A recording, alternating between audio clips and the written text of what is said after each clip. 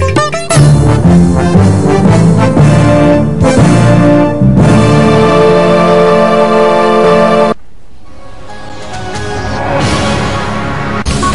very good evening and welcome to the news live on Channel I. Hello, very good evening. I'm Nipuni Samarasekara. And I'm Faisal Bongzo. We begin with the headlines of tonight's news. South Asia's tallest Buddha statue will be erected in Sri Lanka. An internal conflict within Karunanidhi's DMK party. A former Indian Foreign Secretary says that India made a serious mistake by going against Sri Lanka at the UN HRC sessions. Sri Lanka has issued a travel advisory against visiting Tamil Nadu. North Korea has warned that American military camps will be attacked.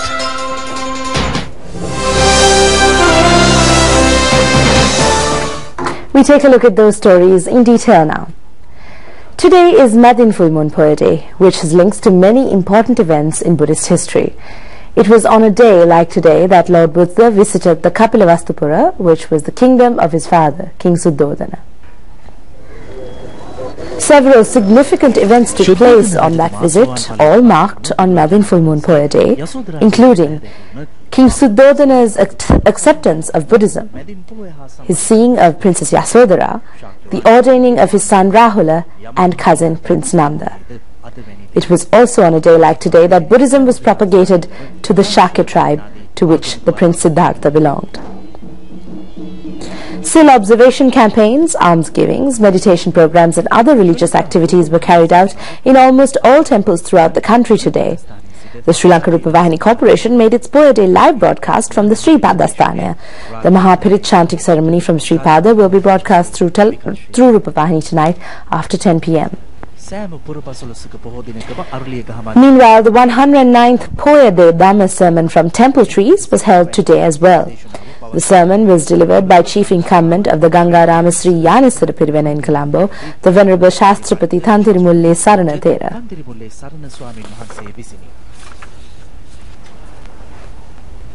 දහක් පොඩි කාලේ ඇදට යනවා නම් මේක කරුවක් තියලා කෙලින් යවන්න පුළුවන්.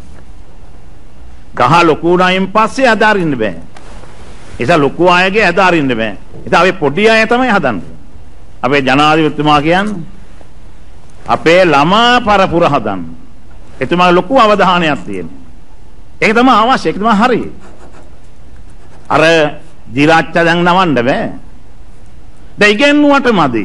හොඳ විනයක් ඇතුව ශික්ෂණයක් ඇතුව දරුවෝ හදන්න.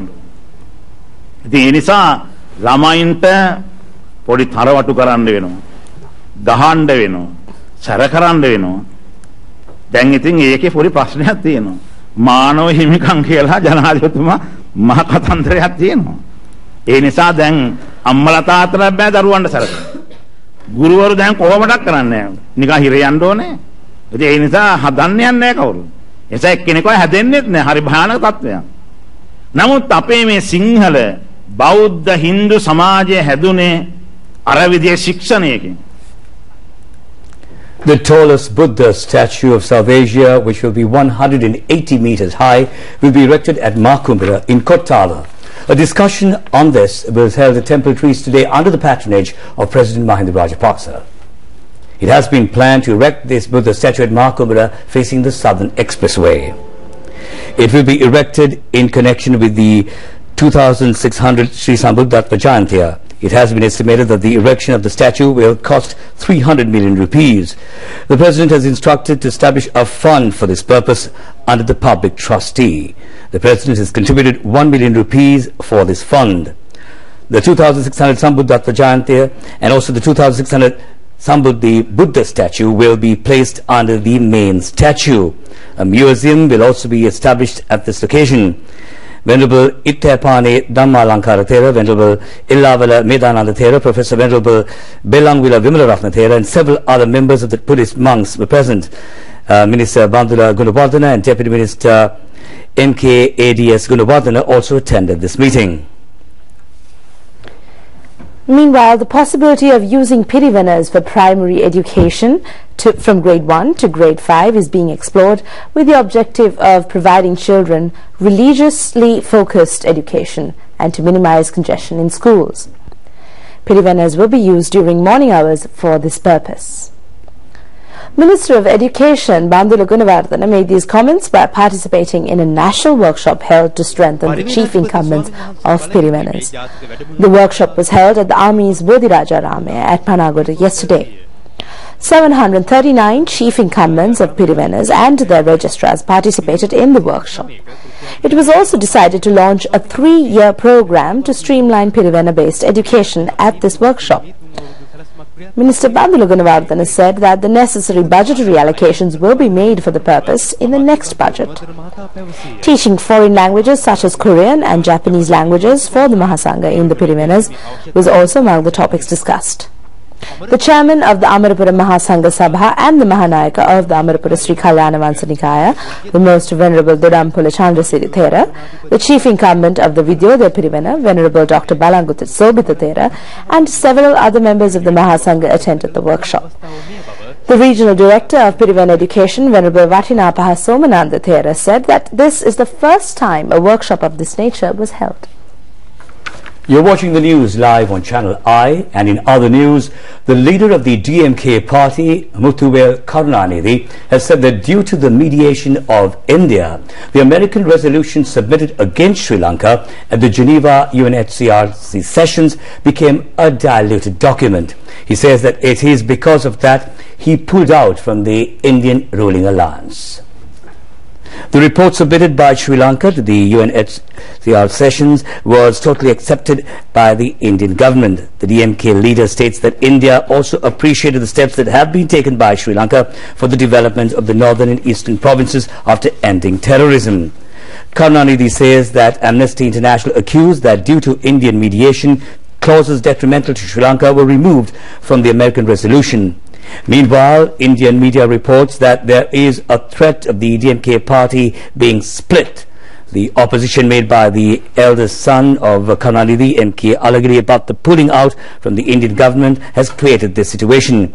The Indian Crime Investigations Bureau has carried out investigations at the residence of Karunanidhi's youngest son, M.K. Stalin, and have taken into custody 33 illegally imported luxury vehicles from his residence. Meanwhile, 7 Indian nationals have been arrested for assaulting 2 Sri Lankan Buddhist monks in Tamil Nadu. Court cases have been filed against them under the Indian Penal Code. The Indian police have taken into custody 4 persons for assaulting a Buddhist monk in Thanjavur and another 3 persons for assaulting another Buddhist monk in Chennai. Demonstrations, agitations, protests and fast campaigns are being staged in Tamil Nadu against Sri Lanka. Therefore, the Deputy High Commissioner of Sri Lanka in India, Amir Ajwad, has requested Sri Lankans to refrain from visiting Tamil Nadu.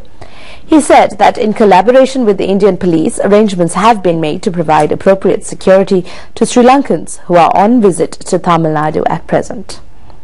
The acting Deputy Sri Lankan High Commissioner in Chennai, Amir Ajwad, said that if pilgrims can keep the High Commission informed of their arrival and departure times, appropriate measures could be taken to provide security to them. He said that the Tamil Nadu police is providing complete cooperation to the High Commission in this respect.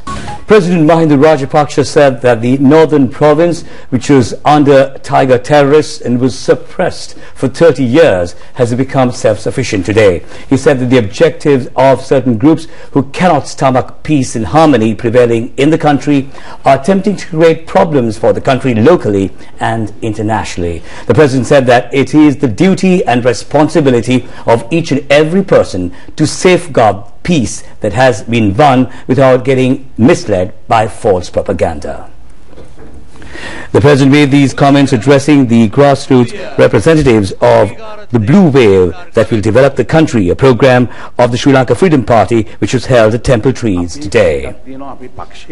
The President speaking further said that one thing we have learned from the former Prime Minister, Madam Sirimavo Bandaranaike, is that we should not eat by selling our properties. It is with great difficulty that we have established people's institutions. This policy was interrupted during the recent past, but we have re-established it at present. The President said that the Sri Lanka Freedom Party has no policy of selling any public property to the private sector. He further added that peace was gained by defeating terrorism and all steps have been taken to make it an eternal peace. The President pointed out that the support and cooperation of each and everyone is required for this purpose. He urged the participants of the meeting to work for safeguarding the prevailing peace without getting subdued to pressure and without getting moved by instigations.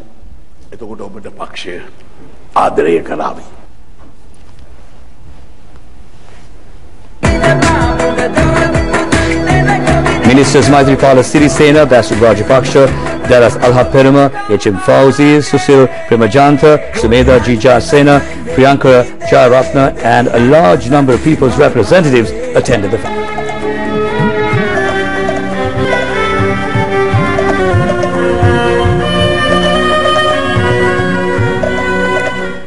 The NDTV News Service has launched a special investigation into the use of bogus photographs by pro-Tiger terrorist elements in South India to discredit Sri Lanka. The NDTV has been accused of giving publicity to these bogus photographs. 60 people died in an attack carried out by Tiger terrorists on a bus in Kabithikolava in the year 2006. There were students, infants and pregnant mothers among those killed in the attack. When President Mahinda Rajapaksa visited the location immediately following this attack, a wailing father named Priyantha Dissanayake, holding his small child who had been killed in the accident, appeared before the President and appealed to him to end brutal terrorism. This photograph has now been used by pro-Tiger terrorists in a recent demonstration in Tamil Nadu as a photograph of a child killed by Sri Lankan forces. The government has protested to the Indian High Commission in Sri Lanka about this bogus photograph. When we inquired from NDTV channel, a spokesman of the institution said that they are studying and gathering data about the incident. He said that upon completion of the investigation, viewers would be informed of this matter. And the former Indian Foreign Secretary Kanchal Sibal has said that India made a serious mistake by voting against Sri Lanka at the UNHRC sessions in Geneva. He has pointed out that taking decisions relating to neighboring countries based on internal political problems is not a wise move. Mr. Sibal states that it causes serious damage for the image of the country for making foreign policy decisions of India subduing to pressures of DMK party of Tamil Nadu or for pro-Tiger terrorist Tamil diaspora. He further added that India, as the powerful country in the region, should respect the independence and sovereignty of neighboring countries.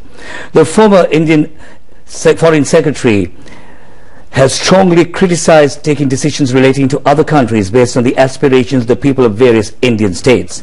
He has reminded that the organizations such as Human Rights Watch and Amnesty International published reports highly critical of India in the decades of the 90s over the activities of Indian forces in the Jammu Kashmir area.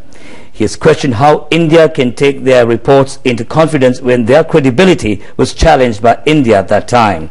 He has said that India should not get subdued to the strategic moves of the Western countries, which get country-based resolutions moved to destroy the image of selected countries internationally.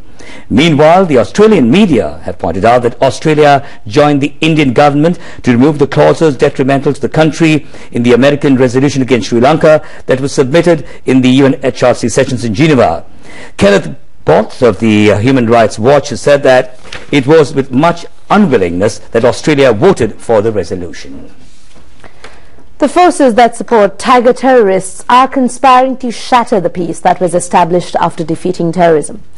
It has now become necessary for all patriotic masses to rally to defeat these conspiracies, stated Minister Vimal Veeravansa. The minister made these comments at a function held to vest with the people the Vasa Janabima and the Janasevana Virugamana. The minister said that these anti-Sri Lankan elements are conspiring to create a regime change of the country through any means possible, even by sending the President and the Defence Secretary to the International War Crimes Tribunal. What they wish to attempt is to establish a pro-Tiger terrorist regime in the country. The treacherous elements in this country are supporting these moves. The Virugamane village has been established in the Ambalangoy area of Damana in conjunction with the Dayatakil National Development Exhibition of Ampara. 50 houses have been built in this village and have been provided with access roads, electricity, drinking water and other facilities. The National Housing Development Authority implemented the construction of this new housing scheme. Meanwhile, the Sri Lankan Culinary and Cultural Festival was held recently in Prague in the Czech Republic. Deputy Minister of Foreign Affairs of the Czech Republic, Thomas Stubb, graced the occasion.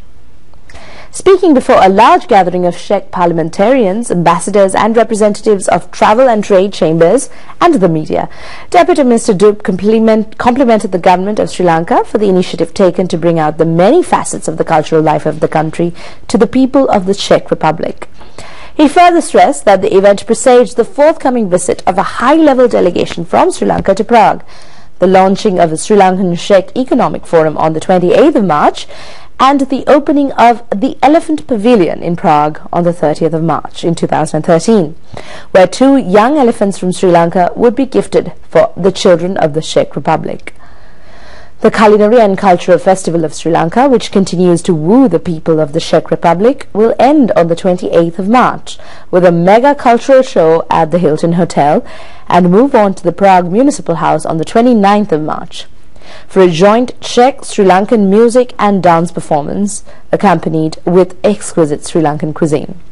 It will peak on the 30th of March at the opening of the state-of-the-art Elephant Pavilion built by the Prague Zoo to house the 2 young elephants gifted by Sri Lanka.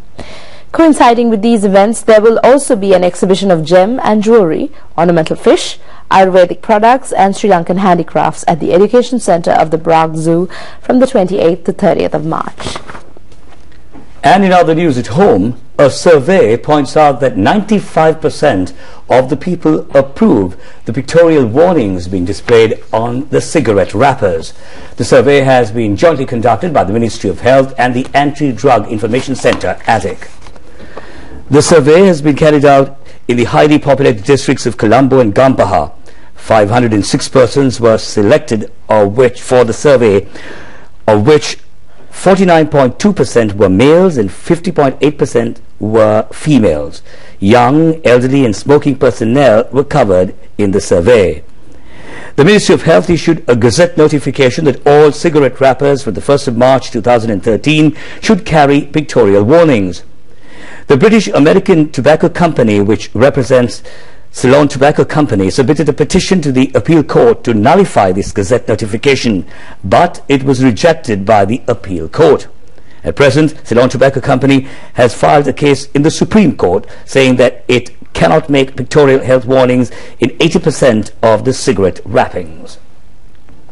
North Korea says it has ordered artillery and rocket units into combat posture to prepare to target U.S. bases in Hawaii, Guam and the U.S. mainland.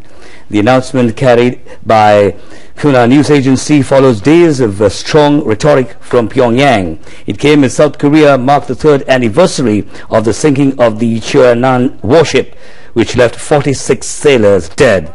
Meanwhile, South Korea said it had detected no signs of unusual activity in the North. Tensions remain high on the Korean peninsula in the wake of North Korea's 3rd nuclear test on the 12th of February. The test led to new UN sanctions, which Pyongyang strongly opposes. Joint US-South Korea annual military drills have further angered the communist nation. And with that, we end tonight's news along with Kasun and Nipuni. This is Faisal Bongzo signing off and reminding you that we'll have more news for you tomorrow night at the same time. Have a wonderful day tomorrow. Good night. Good night.